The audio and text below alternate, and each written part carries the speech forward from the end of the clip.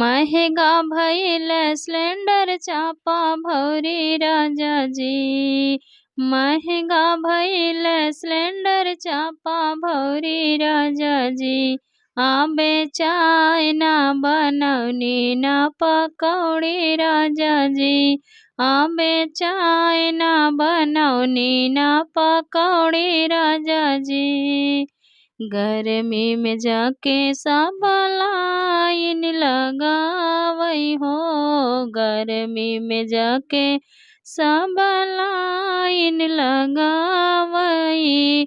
Number न लागई सब खाली हाथ आवई। नंबर न लागई सब खाली हाथ आवई।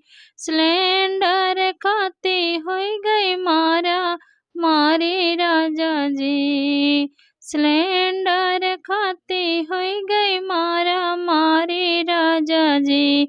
आबे चाय ना बनौनी ना पकौड़ी राजा जी।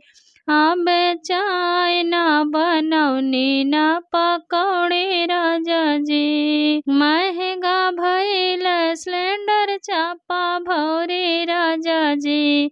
आबे चाय ना बनौनी ना पकौड़ी राजा जी।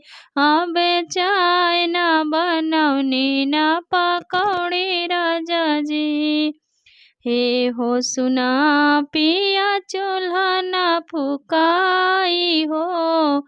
हे हो सुना मोरे पिया चूल्हा ना फुकाई हो।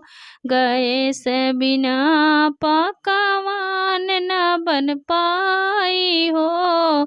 गैस बिना पिया खाना न बन पाई हो।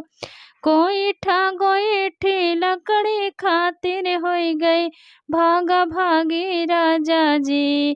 आबे चाय ना बनौनी ना पकौड़ी राजा जी। आबे चाय ना बनौनी ना पकौड़ी राजा जी। महंगा भइल सिलेंडर चापा भौरी राजा जी। महंगा भइल सिलेंडर चापा भौरी राजा जी। आबे चाय ना बनौनी ना पकौड़ी राजा जी।